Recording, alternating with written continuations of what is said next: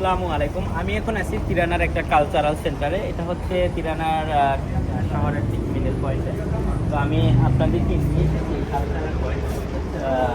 Albanian government প্রতি সপ্তাহে একটা নতুন দেশকে প্রেজেন্টেশন করে, তাদের কালচার, তাদের যে কালচারগুলো থাকে আর কি, সেগুলো অর্থাৎ সকলদের কাছে পরিচিত করে। তো আজকের এই সপ্তাহের যে কালচারটা আছে সেটা হচ্ছে উইকেন্ড ইন আলবেনিয়াতে, সৌদি আরব।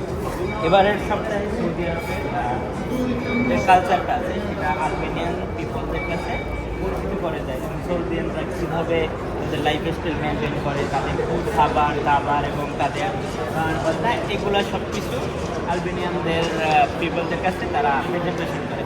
তো আমি আপনাদেরকে টোটালটা একটু ঘুরে দেখাচ্ছি কী কী ওরা করে এবং সৌদিয়ানদের কালচার। আমিও সেই ঘুরতে আসার সুবাদে আমিও এখন সৌদির কালচারটা আমি একটু ঘুরে দেখাতে চাই আপনাদেরকে।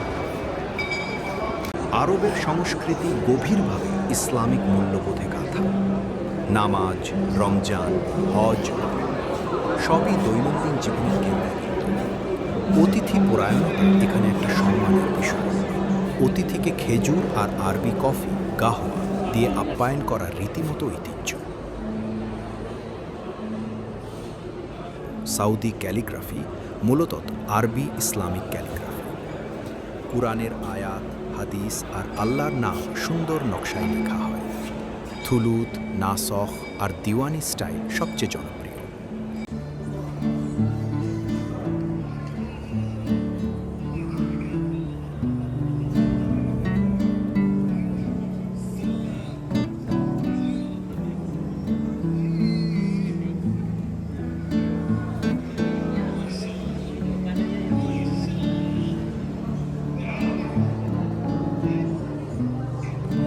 My elder brother actually lives in Qatar now. He's going there for studies now. MashaAllah. And always when our grandpa, grandma. Yeah. Thank you. Welcome. Thank you.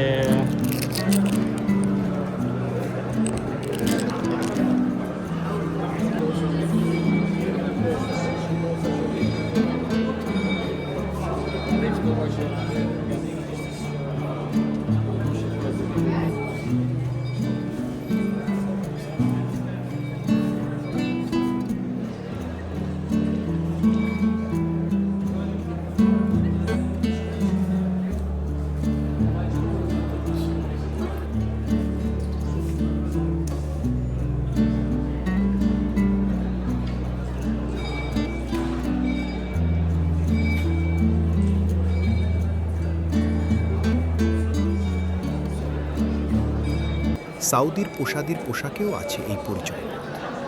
সাদা থোপ পরা পুরুষদের সরলতা আর কালো আবায়ার আড়ালে নারীদের মর্যাদা সবই পরিবেশ আর বিশ্বাসের সাথে মানানসই।